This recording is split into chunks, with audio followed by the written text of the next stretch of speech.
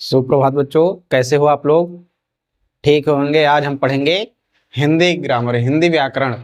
तो सबसे पहले हम पढ़ते हैं हिंदी व्याकरण में व्याकरण किसे कहते हैं। हम पढ़ेंगे क्या आज? हिंदी व्याकरण।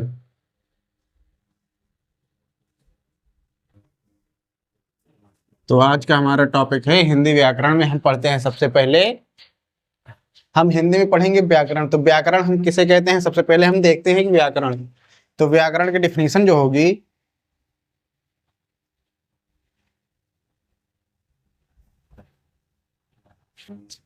व्याकरण ज्ञान की वह शाखा है।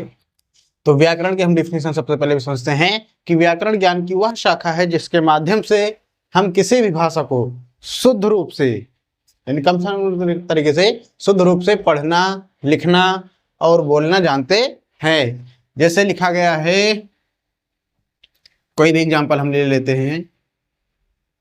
जैसे लिखते हैं कलम, तो हमने ये क्या लिखा है? कलम। तो जो कलम शब्द है, हमने पहले सबसे पहले का लिखा, फिर उसके बाद ला लिखा, फिर माँ लिखा। तो ये जो लिखने का तरीका है, जो क्रमबद्ध तरीका है, सुव्यवस्थित तरीका है, इसको जो सुव्यवस्थित तरीके से हम इसको लिख रहे हैं, पढ़ रहे हैं, ये हम किसके माध्यम से कर रहे हैं? व्याकरण के माध्यम से। तो व्याकरण हम समझ में, तो व्याकरण किसे कहते हैं? तो व्याकरण ज्ञान की वह शाखा है जिसके माध्यम से हम किसी भी भाषा को शुद्ध रूप से पढ़ना, लिखना और बोलना जानते हैं। इस प्रकार हम व्याकरण पढ़ते हैं। तो व्याकरण में हम सबसे पहले पढ़ते हैं, तो सबसे पहले हम वर्ण पढ़ते हैं। वर्ण में भाषा की सबसे छोटी इकाई को वर्ण या अक्षर कहते हैं। हिंदी भाषा की जो सबसे छोटे लिखने का लिपि जो होती है, वो वर्ण से ही स्टार्ट करते हैं। तो वर्ण किसे कहते हैं या अक्षर किसे कहते हैं? तो भाषा के सबसे छोटी इकाई को लेटर, वर्ण या अक्षर कहते हैं। इसको अंग्रेजी में लेटर कहते हैं। अब वर्ण के बाद हम पढ़ते हैं शब्द। क्या पढ़ते हैं? शब्द। ये हमारे बेसिक से शब्दावलियां हैं जिनके बारे में हम अभी पढ़ रहे हैं। इसके बाद हम आगे पढ़ेंगे। तो शब्द किसे कहते हैं? तो शब्द, जो शब्द, इसके डिफिनेशन होगा, शब्द किसे कहते हैं? दो या दो से अधिक अक्षरों के मेल को शब्द कहते हैं। जो भी मान लेते हैं, कोई भी शब्द लेते हैं, अनेक। अब देखो, ये क्या है? शब्द है। तो ये शब्द किन अक्षरों से मिलकर बना है? तो जब हम इसको देखेंगे तो सबसे पहले आ निकला इसमें से, फिर इसके बाद ना निकला, फिर इसमें एण की मात्रा है इसमें, फिर इसमें का है। तो यह एक एक जो अक्षर हैं, इन्हीं को मिलाकर शब्द बना है। तो इस प्रकार हम कह सकते हैं कि अक्षरों के व्यवस्थित समूह को, व्यवस्थित क्रम को शब्द कहते हैं। इनके भी और टुकड़े हो सकते हैं, अभी उसको बाद में पढ़ते हैं। बस ये बेसिक से यूनिट्स हैं, इनके बारे में हम अभी पढ़े। शब्द के बाद आता है वाक्य। क्या आता है? वाक्य। इसको इंग्लिश में कहते हैं सेंटेंस। क्या कहते हैं? सेंटेंस। अब वाक्य किसे कहते हैं? तो वाक्य हम पढ़ते हैं सबसे पहले कि शब्दों के सार्थक समूह को, किसको? शब्दों के सार्थक समूह को, शब्दों के सार्थक समूह को वाक्य कहते हैं। क्या कहते हैं? वाक्य कहते हैं।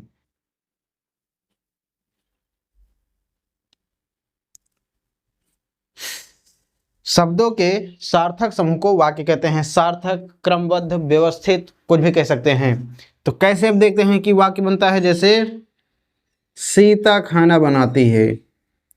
सीता क्या कर रही है? खाना बनाती है।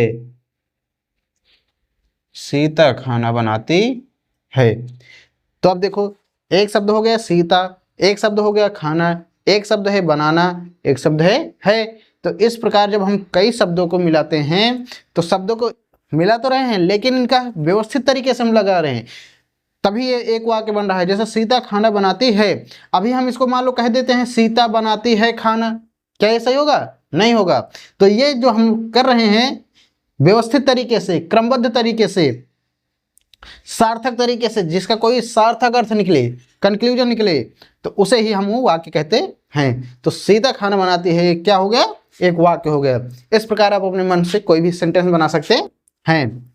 तो अभी हमारा ये बेसिक सा उदाहरण था वाक्य। भाषा एक प्रकार से देख लेते हैं, जो हम बात कर रहे हैं भाषा। भाषा किसे कहते हैं सबसे पहले देखते हैं। भाषा सिंपल लैंग्वेज में देखो, भाषा वही माध्यम होगा जिसके माध्यम से हम अपने विचारों को आदान प्रदान करते हैं। तो अपने विचारों को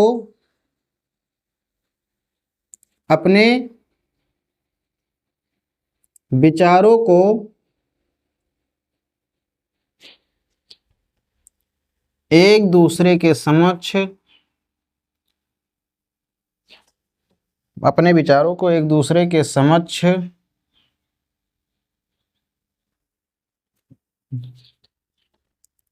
प्रस्तुत करने का माध्यम, प्रस्तुत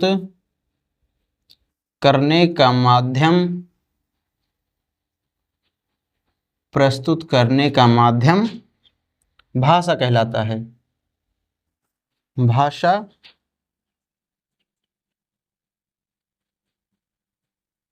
भाषा कहलाता है।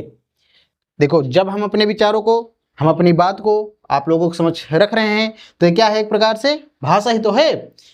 जब हम बोल रहे हैं आप लोग समझ रहे हैं, आप बोलते हो तो हम समझते हैं, यही भाषा का रूप होता है। तो भाषा एक ऐसा माध्यम है जिसके द्वारा हम अपने विचारों को एक दूसरे के समक्ष प्रस्तुत करते हैं, एक दूसरे से बातचीत करते हैं। तो किसके माध्यम से बातचीत करते हैं? भाषा के माध्यम से। अब हम पढ़ते हैं, भाषा को हमने पढ़ा, अब हम देखते हैं भाषा के भेद। भाषा के भेद यानी भाषा कितने प्रकार की होती है। तो भाषा के दो रूप होते हैं, एक होता है मौखिक भाषा, मौखिक भाषा, एक होते हैं लिखित भाषा। लिखित भाषा, इसका एक और पार्ट होता है सांकेतिक भाषा, लेकिन वो आप लोगों की बुक में नहीं दिया गया है। अगर दिया गया हो तो अभी बता देते हैं। बाकी दो मुख्य भेद होते हैं, मुख्य पार्ट होते हैं। पहला है मौखिक भाषा और दूसरा है लिखित भाषा। तो हम सबसे पहले मौखिक भाषा समझते हैं क्या होता है। मौखिक भाषा, देखो इसके नाम में ही, जो शब्द है इसके नाम में ही इसका अर्थ रखा है। जैसे मौखिक, मुंह से बोलकर की जाने वाली भाषा का इस्तेमाल जो हम करते हैं उसे मौखिक भाषा कहते हैं। जब हम अपने विचारों को, अपनी बातों को दूसरों के सामने मुख से बोलकर, यानी मुंह से बोलकर दूसरों के समक्ष प्रस्तुत करते हैं, तो वो होता है भाषा का मौखिक रूप। तो इसकी डेफिनेशन लिखा दें? चलो लिखाते हैं। जब हम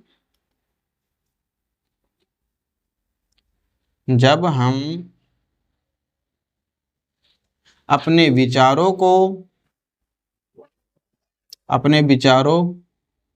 या भावों को दूसरों के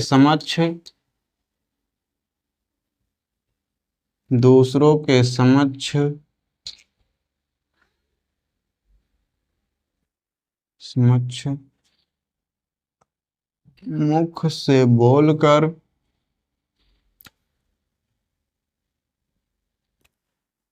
मुख से बोलकर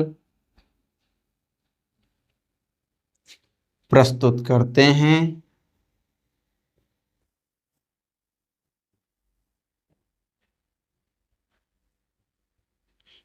करते हैं, तो वह भाषा का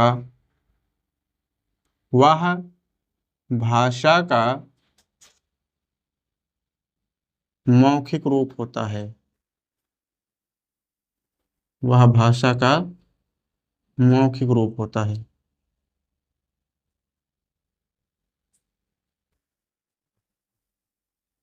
वह भाषा का मौखिक रूप होता है।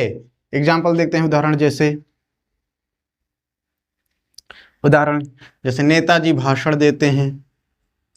नेताजी भाषण देते हैं।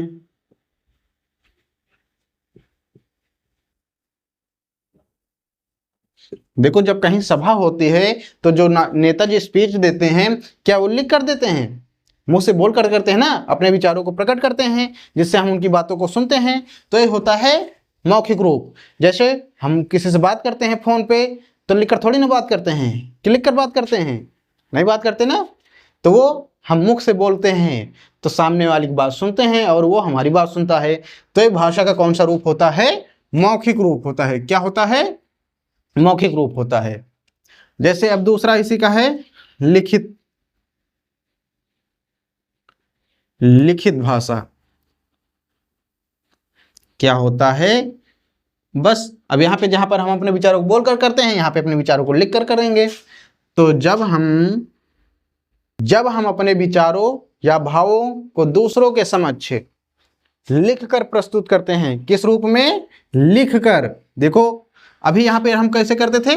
बोलकर, और अब हम यहाँ पर लिख कर प्रस्तुत करते हैं, तो वह भाषा का लिखित रूप कहलाता है, या भाषा का लिखित रूप होता है।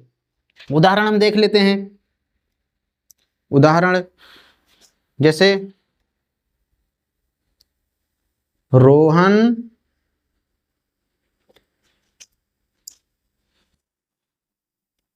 प्रधानाचार्य को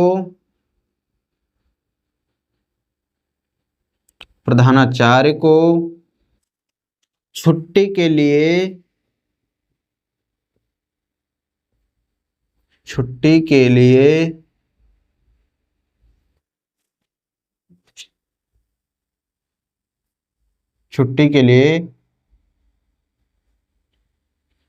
प्रार्थना पत्र, रोहन प्रधानाचार्य को छुट्टी के लिए प्रार्थना पत्र देता है। तो अब देखो, जो रोहन को काम है, वो जो एप्लीकेशन लिख रहा है, वो अपने माध्यम से लिख कर ही तो सामने प्रिंसिपल साहब को दे रहा है, प्रधानाचार्य को दे रहा है ना। तो ये जो होगा भाषा का लिखित रूप होगा। कौन सा रूप होगा? लिखित रूप। जैसे हम किसी को इनविटेशन कार्ड देते हैं ना, वो भी होता है लिखित रूप। हम एप्लीकेशन लिखते हैं, प्रार्थना पत्र लिखते हैं, जो भी चीज़ें लिख कर हम अपने बातों को दूसरों के समझ पहुंचाते हैं या बात करते हैं, वो भाषा का लिखित रूप होता है। कहीं कहीं भाषा का जो तीसरा रूप होता है, ये होता है फर्स्ट, ये हो गया सेकंड, और एक होता है थर्ड, ये होता है सांकेतिक भाषा। सांकेतिक भाषा। सांकेतिक भाषा उतना जरूरी नहीं है, लेकिन हम बता दे रहे हैं। जब हम अपने बातों को, अपने विचारों को या अपने भावों को संकेत के माध्यम से, किसके माध्यम से? संकेत के माध्यम से इशारा करके बताते हैं, तो वह भाषा का लिखित रूप, भाषा का सांकेतिक रूप होता है। जहां पर हम संकेत का इस्तेमाल करते हैं, वह भाषा का सांकेतिक रूप होता है। तो देखो, कुछ ऐसी बातें होते हैं ना, जब बोल कर कहते हैं, ना लिख कर बात करते हैं, उनको किस माध्यम से बात करते हैं? संकेत के माध्यम से, इशारा करके। वो भाषा का सांकेतिक रूप होता है। अगर आपके सिलेबस में होगा तो पढ़ लेना, नहीं ज्यादा उतना कंपलसरी नहीं है। अब हम देखते हैं, भाषा हो गया हमारा। अब हम देखते हैं लिपि। क्या पढ़ते हैं? लिपि। इसको इंग्लिश में कहते हैं स्क्रिप्ट। क्या कहते हैं? लिपि। लिपि को इंग्लिश में कहते हैं स्क्रिप्ट। तो अब हम समझते हैं सबसे पहले कि लिपि किसे कहते हैं। तो लिपि किसे कहते हैं बच्चों? लिपि अक्षरों को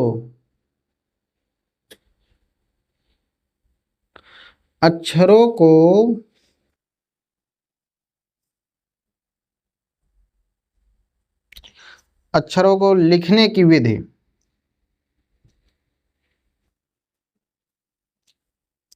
अक्षरों को लिखने की विधि या तरीका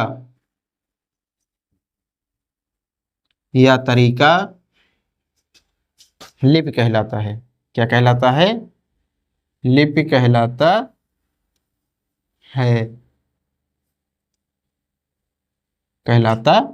है।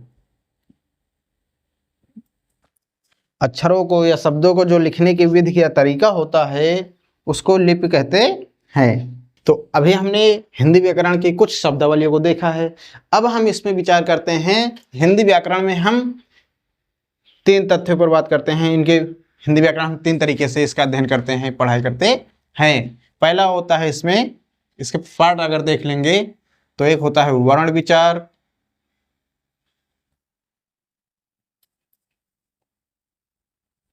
एक होता है शब्द विचार,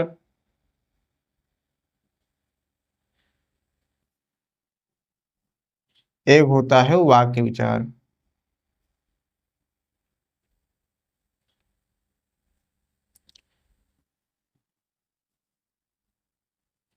हिंदी व्याकरण में हम पहले पार्ट में इसमें देखते हैं वर्ण विचार, हम इसमें वर्णों के बारे में चर्चा करेंगे। फिर दूसरा है शब्द विचार, तो इसमें हम शब्दों पर बात करेंगे। तीसरा है वाक्य विचार, हम वाक्यों पर बात करेंगे। तो हमने बेसिक सा तीनों चीज की डिफिनेशन में भी बता दिए हैं। तो अब हम सबसे पहले पढ़ते हैं वर्ण विचार। क्या पढ़ते हैं? तो वर्ण विचार क्या पढ़ते हैं? वर्ण। तो वर्ण की डिफिनेशन हमने पढ़ लिया है। अब हम इसमें पढ़ेंगे वर्णमाला। क्या पढ़ेंगे? वर्णमाला। अभी हमने वर्ण पढ़ा था ना। तो वर्ण की डिफिनेशन होते हैं भाषा की सबसे छोटी इकाई को वर्ण कहते हैं या अक्षर कहते हैं। अब उन्हीं वर्णों से मिलाकर वर्णमाला बनता है। क्या बनता है? वर्णमाला। तो इसके डिफिनेशन हम सबसे पहले देखते हैं। वर्णमाला, जिस प्रकार हम मोतियों की माला पढ़ते हैं ना, कई मोतियों को मिलाकर एक माला बनाया जाता है, उसी प्रकार कई वर्णों को मिलाकर वर्ण की माला बनता है। तो वर्णमाला किसे कहते हैं? वर्णों के व्यवस्थित समूह को वर्णमाला कहते हैं। इनका जो पूरा समूह है उन पूरे को वर्णमाला कहते हैं। अगर आपसे पूछा जाए कि वर्णमाला की टोटल संख्या कितनी होती है, तो वर्णमाला की संख्या कितनी होती है? 52। अब ये जो वर्णमाला होते हैं इनके दो पार्ट होते हैं। कितने पार्ट हैं? एक होता है स्वर, एक होता है व्यंजन। क्या होता है? व्यंजन। तो सबसे पहले अब हम देखते हैं स्वर। क्या देखते हैं? स्वर। स्वर किसे कहते हैं?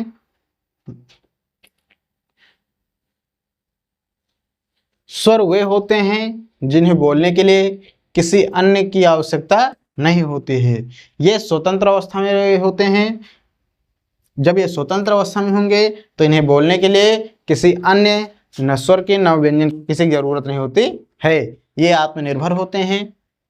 ये इनका जो प्रोनाउंसिएशन होता है, उच्चारण होता है, वो अलग ही होता है। इन्हें बोलने के लिए किसी की जरूरत नहीं होगी। तो इनको जो होता है हम आसानी से पढ़ते हैं। तो स्वर ये स्वतंत्र होते हैं, इन्हें बोलने के लिए किसी की भी आवश्यकता नहीं होती है। तो इस प्रकार हम स्वर की डिफिनेशन समझ सकते हैं। तो स्वर की डिफिनेशन क्या होता है? ये स्वतंत्र अवस्था में पाए जाते हैं, इन्हें बोलने के लिए किसी की भी आवश्यकता नहीं होती है। और जो व्यंजन होते हैं ये स्वतंत्र नहीं होते हैं, इन्हें बोलने के लिए, किन्हें? व्यंजनों को बोलने के लिए स्वरों की आवश्यकता होती है। देखो ये अकेले काफी हैं, इन्हें बोलने के लिए किसी की आवश्यकता नहीं है, किसी की हेल्प की जरूरत नहीं है। लेकिन जो व्यंजन है यह स्वतंत्र नहीं होता है, इसे बोलने के लिए यह स्वरों पर निर्भर होता है। तो व्यंजन को हमको बोलने के लिए, व्यंजन को पढ़ने के लिए हम स्वरों की जरूरत होती है, स्वरों की आवश्यकता होती है। तो व्यंजन जो होते हैं स्वतंत्र नहीं होते हैं, इनका हम उच्चारण बिना स्वरों की सहायता से नहीं कर सकते हैं। तो स्वर भी हम देखना डिफिनेशन जैसा कि बताए कि जो स्वर होते हैं स्वर स्वतंत्र होते हैं। क्या होते हैं? स्वर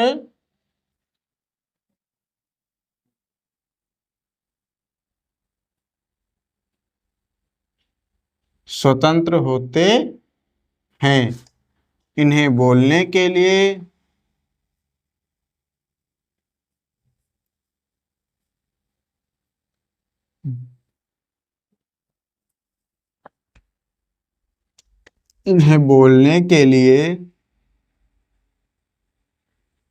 किसी की आवश्यकता नहीं होती है।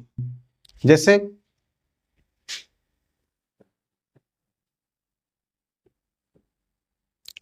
अब हम इसको पढ़ रहे हैं अ। क्या पढ़ रहे हैं? अ। तो हम केवल इसी को पढ़ रहे हैं, इसके साथ हम किसी और को भी नहीं पढ़ रहे हैं। तो ये स्वतंत्र है, ये अकेला है, इसे किसी की जरूरत नहीं है। तो ये अकेला ही काफी होता है। कोई भी स्वर होंगे तो वो होते हैं जो स्वतंत्र होते हैं, इन्हें बोलने के लिए किसी की आवश्यकता नहीं होती है। तो अगर पूछा जाए कि स्वरों की संख्या कितनी होती है, क्या पूछा जाए?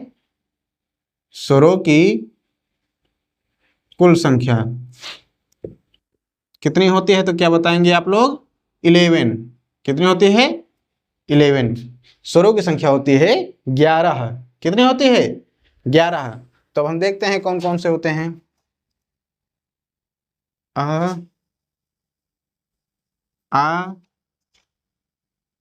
इ, ई, उ, री, ए, ऐ, ओ, औ। यही तक होते हैं। 1 2 3 4 5 6 7 8 9 10 11। तो स्वरों की संख्या कितनी हो गई? 11। अब देखो मात्रा अगर देखेंगे तो इसकी कोई मात्रा नहीं होती है, ऐसा ही रहता है, समझे? इसकी मात्रा ऐसे होती है, इसकी मात्रा ऐसे, इसकी मात्रा ऐसे, इसकी मात्रा ऐसे, इसकी ऐसे, ये रे की मात्रा होती है, ऐसे कर सकते हैं। और इसकी मात्रा ऐसे सिंगल, इसकी डबल है, इसकी ऐसे, ये होती है मात्रा। अगर आपसे पूछा जाए कितने स्वरों की मात्रा होती है, तो कितने की होती है? इसको छोड़ देंगे, इसकी कोई मात्रा है नहीं है। तो 11 से हम एक माइनस कर दे रहे हैं, तो कितने की मात्रा हो गई? 10 स्वरों की मात्रा होती है। अभी जो आएंगे अनौरह, वो होते हैं अनुस्वार अनुनासिक, जिसको विसर्ग भी कहा जाता है। तो वो स्वरों की श्रेणी में नहीं काउंट होते हैं। इस प्रकार यानी 10 स्वरों की मात्रा होती है। उनको अगर ऐड करेंगे तो 12 हो जाएगा। केवल एक की ही इसकी मात्रा नहीं होती है। तो स्वरों की कुल संख्या अगर पूछा जाए तो कितने बताएंगे? 11। समझ में आया? अब देखते हैं, स्वर तो हम पढ़ लिए, अब हम देखते हैं स्वरों के भी भेद होते हैं। क्या? स्वरों के भेद। भेद मीन्स इसके पार्ट, इसके प्रकार। तो जो स्वर हैं इसके 3 भेद होते हैं, लेकिन मुख्यतः 2 होते हैं। तो सबसे पहले मुख्यतः वाले में देख लेते हैं। 1 2। पहला है ह्रस्व स्वर। क्या है? ह्रस्व स्वर। क्या होता है? ह्रस्व स्वर। दूसरा होता है दीर्घ स्वर।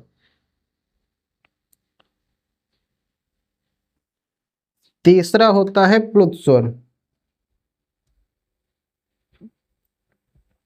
लेकिन ये वाला किसी किसी के कॉपी में नहीं रहता है। तो ह्रस्व स्वर देखते हैं पहले किसे कहते हैं। ह्रस्व स्वर वे स्वर होते हैं जिन्हें बोलने के लिए कम ऊर्जा की, कम सांस की, कम एनर्जी की आवश्यकता होती है, कम समय लगता है। ह्रस्व का अर्थ ही होता है छोटा। छोटा मीन्स कम। तो जिसको बोलने के लिए कम समय लगे, कम एनर्जी लगे, कम ऊर्जा लगे, उसे क्या कहेंगे? ह्रस्व स्वर। समझ आया? तो ह्रस्व स्वरों की संख्या देखो सबसे पहले कितनी होती है, देखते हैं कौन कौन से हैं। देखो आ, तो कम समय किसमें लगा? इसमें। तो ह्रस्व स्वर कौन सा हो गया? छोटा। अब देखो इससे 2 गुना समय लग रहा है इसमें पढ़ने में, तो ये हो जाएगा दीर्घ स्वर। कौन सा हो जाएगा? दीर्घ स्वर। तो जो ये छोटा है ये है ह्रस्व स्वर। पढ़ो बच्चों। आ निकल रहा है ना, तो कम समय लगा, कम एनर्जी लॉस हुई, तो ये होता है ह्रस्व स्वर। अब इसके बाद हम पढ़े इसको तो इससे लगभग 2 गुना समय लगा, तो ये दीर्घ स्वर हो गया। दीर्घ मीन्स बड़ा, जिसको बोलने में, जिसको पढ़ने में ज्यादा एनर्जी लगती है या ज्यादा समय लगता है, ह्रस्व स्वर से 2 गुना। कितने गुना? 2 गुना। तो होता है दीर्घ स्वर। समझे? अब तीसरा है ए, तो ये हो जाएगा, देखो इसको पढ़ने में कम मात्रा यूज हुई कि नहीं, कम एनर्जी लॉस हुई, तो ये हो गया ह्रस्व स्वर। ई, तो ये हो गया बड़ी, तो ये हो गया दीर्घ स्वर, क्योंकि इससे इसको पढ़ने में इससे 2 गुना का समय लग रहा है। तो इस प्रकार ये हो गया दीर्घ स्वर। फिर इसको पढ़ेंगे उ। क्या पढ़ेंगे? छोटा उ। तो अब छोटा का मतलब कह ही दिए, तो इसमें कम समय लग रहा है। तो अब हम इसमें देखेंगे बड़ा उ, जिसको कहते हैं ऊ।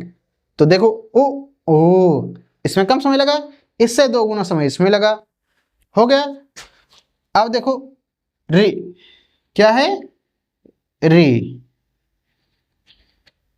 फिर ए, ये हो जाएगा दीर्घ स्वर, ए, ओ, औ। तो इस प्रकार हमारे ह्रस्व स्वर हो गया, ये दीर्घ स्वर हो गया। तो अब देखो ह्रस्व स्वर, कौन से स्वर, ह्रस्व यानी छोटा स्वर कौन कौन से हैं, अ, ए, उ, री। तो इनकी टोटल संख्या कितनी है, 4। आपसे कोई भी पूछेगा कि ह्रस्व स्वरों की संख्या कितनी होती है, तो आप लोग क्या बताएंगे, 4। कितने होते हैं, 4। कौन कौन से होते हैं ये भी तो पता होना चाहिए।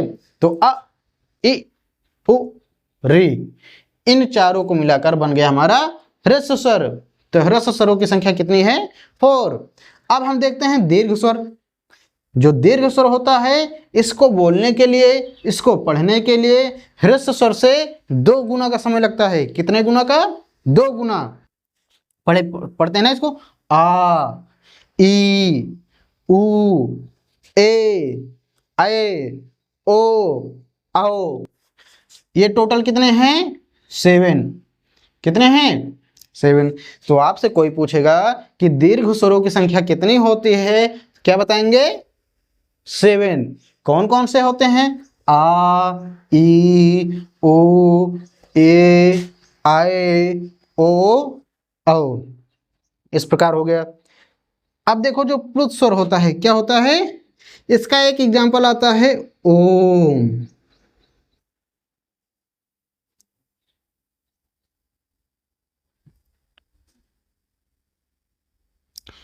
ये होता है प्लुत स्वर।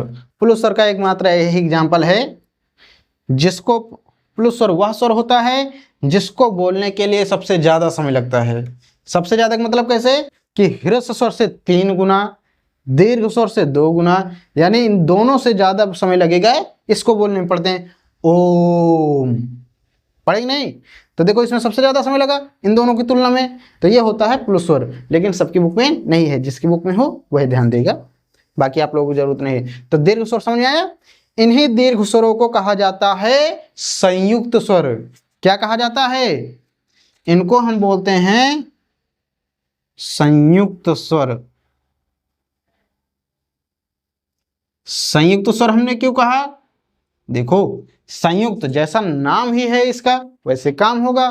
संयुक्त मीन्स होता है जोड़ना, यानी 2 स्वरों को मिलाकर जो बनता है उसे दीर्घ स्वर या संयुक्त स्वर कहते हैं। अब देखो ये जो आ बना है, ये कैसा स्वर है, संयुक्त स्वर है। कैसे, अब हम इसको देखते हैं। तो देखो ये जो आ बना है, ये 2 स्वरों से मिलकर बना है। तो कौन कौन से स्वर हैं, छोटा आ प्लस छोटा आ। तो इन दोनों को मिलाकर बनेगा बड़ा। समझ में आया। देखो एक ह्रस्व स्वर ये हो गया, एक ह्रस्व स्वर ये हो गया, जब दोनों को मिला दिए तो बन गया दीर्घ स्वर। तो अ और अ मिलाकर बड़ा बन गया। इसीलिए इसको पढ़ने में देखो इससे 2 गुना समय लगेगा, नहीं क्यों, क्योंकि ये 2 है, तो दोनों को मिलाकर बड़ा बन गया। इसी से इसीलिए इससे जो है 2 गुना समय लगता है इसको बोलने में। समझ आया। अब इसी प्रकार ई जो है, ये भी 2 स्वरों से मिलकर बना है।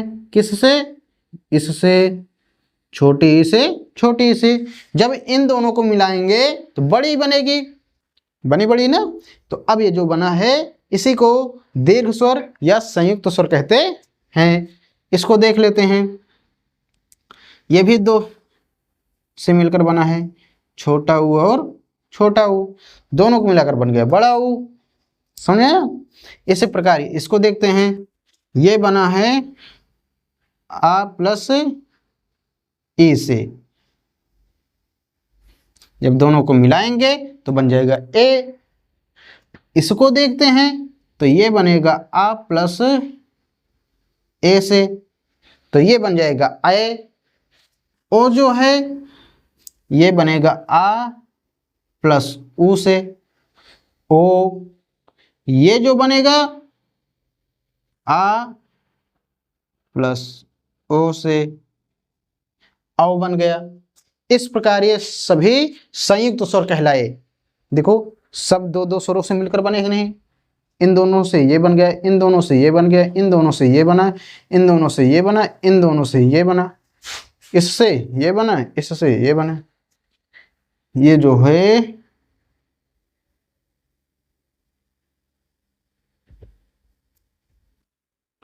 उसे उल्लू बन गया ना, उल्लू से ओ। तो इस प्रकार ये हो गया हमारा संयुक्त स्वर।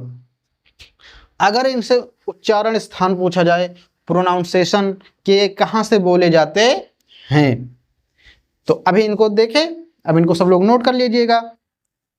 अब इसको दोबारा पूछने की जरूरत होगी नहीं होगी, आप लोग इसको एक दो बार लिख लीजिएगा, आराम से पढ़िएगा, ना समझ आए तो पूछिएगा। तो देखो ये जो हैं, ये दोनों जो हैं ये बोले जाते हैं कंठ से। कहां से? इनका जो प्रोनाउंसिएशन होता है और आ का इनका होता है कंठ से। कहां से बोले जाते हैं? कंठ से, यहां से। फिर इन दोनों को जो बोला जाता है, इनको बोला जाता है तालु से। इसी को कहते हैं तालव्य। क्या कहते हैं? तालु, यानी जीभ के हिस्सा वाला। फिर इसके बाद ये बोले जाते हैं ओंठ की सहायता से, ओष्ठ, जिसको कहते हैं होंठ से। समझे? तो ये ओष्ठ या होंठ से बोले जाते हैं। इन दोनों को बोलने के लिए कंठ तालु, कंठ तालु इनको बोला जाता है, क्योंकि ये कंठ और तालु की सहायता से बोले जाते हैं। ये बोले जाते हैं कंठ और ओष्ठ की सहायता से, कंठ प्लस ओष्ठ, इसको बोला जाता है कंठोष्ठ, कंठोष्ठ। कंठ तालु बोलते हैं या कंठ तालव्य बोलते हैं। इस प्रकार अब हम इनका प्रोनाउंसिएशन भी पढ़ सकते हैं। इन दोनों का जो प्रोनाउंसिएशन होगा, उच्चारण स्थान होगा, कंठ से बोले जाएंगे। इन दोनों को तालु से, जीभ के हिस्से वाले से। ओष्ठ ये होंठ की सहायता से बोले जा रहे हैं। उ ऊ, देखो होंठ खुला ही नहीं। फिर ये हो गया ए अहे, ये हो गया कंठ तालु। और ओ औ ये हो गया कंठोष्ठ। जो री होता है इसका जो प्रोनाउंसिएशन होता है, बोलते हैं रा को मूर्धा से, मूर्धन्य। और इनका कंठतालु या कंठतालव्य, ये हो गए कंठोष्ठ। इस प्रकार हम स्वरों को आसानी से पढ़ सकते हैं। इसमें दो हमारे स्वर बाकी थे,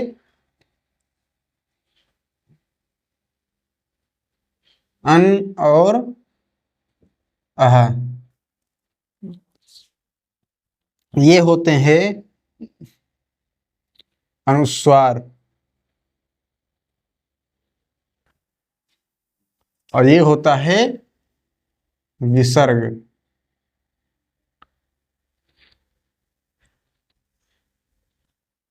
इसको हम क्या कहते हैं? विसर्ग। इसको कहते हैं अनुस्वार। ये दोनों ना तो पूरी तरह स्वर होते हैं और ना ही व्यंजन होते हैं। इन्हें ना हम स्वरों की श्रेणी में रखते हैं, ना व्यंजनों की श्रेणी में। इन्हें अयोगवाह कहते हैं। क्या कहते हैं? अयोगवाह। इन दोनों को हम कहते हैं अयोगवाह। तो अनुस्वार और विसर्ग को मिलाकर क्या बनता है? अयोगवाह। ये पूर्णतया ना स्वर होते हैं और ना ही व्यंजन होते हैं। आप लोग ध्यान दीजिए, इसको सब नोट करिएगा आप लोग कॉपी में, ये ध्यान दीजिएगा। किसी भी क्लास का बच्चा हो ये इसको नोट कर लेगा, ये आपके फ्यूचर में बहुत काम आएगा। इसी से काफी एग्जाम में, कॉम्पिटिटिव एग्जाम में भी पूछे जाते हैं। तो आज का जो लेवल है आपकी, ये क्लास से सोचकर, ये आपकी क्लास का ही नहीं, आपको ये फ्यूचर में भी काम देगा। इसकी गारंटी है कि आप जब बड़ी क्लासों में कोई भी कंपटीशन की तैयारी करेंगे तो आपको ये सब पूछे जाएंगे पेपर में। जो हिंदी से आप लोग, आपके घर में कोई भी पढ़ा लिखा घर में हो जो तैयारी करते हो, उनसे पूछेगा ये सब, वो लोग अब पढ़ते होंगे, लेकिन ये लोग ये सब आप अभी से पढ़ रहे हो, तो उनसे आप लोग आगे हैं कि नहीं? नहीं है। आप लोग इसको आराम से लिखिएगा, और छुट्टी है घर पे हो 1-2 घंटे पढ़ लिया करो आराम से। जो भी काम हो आप ग्रुप में ज़रूर मैसेज कर दीजिए। जितना भी काम दिया जाता है आप लोग पूरा नहीं करते हैं, आप पहले उस काम को पूरा करिए, और काम को पूरा करने के बाद उसकी फ़ोटो खींचकर ग्रुप में भेज दीजिए, जिससे कि लगे कि हम लोग भी जो काम भेज रहे हैं वो लोग आप टाइम से कर रहे हैं कि नहीं कर रहे हैं। और आप सभी पेरेंट्स से, अभिभावक से विनम्र निवेदन है कि आप अपने बच्चों को होमवर्क ज़रूर कराएं, और उस होमवर्कों को आप व्हाट्सएप ग्रुप में भेज दीजिए, जिससे कि छुट्टी तो भले है लेकिन आपकी घर पे छुट्टी ना हो। 1-2 घंटे आप आसानी से पढ़ सकते हैं, सुबह शाम टाइम निकाल कर पढ़िए, और आप अपने बच्चों को पढ़ाइए ज़रूर, कम से कम चाहे आप उनके साथ बैठे ही। बाकी मिलते हैं नेक्स्ट क्लास में।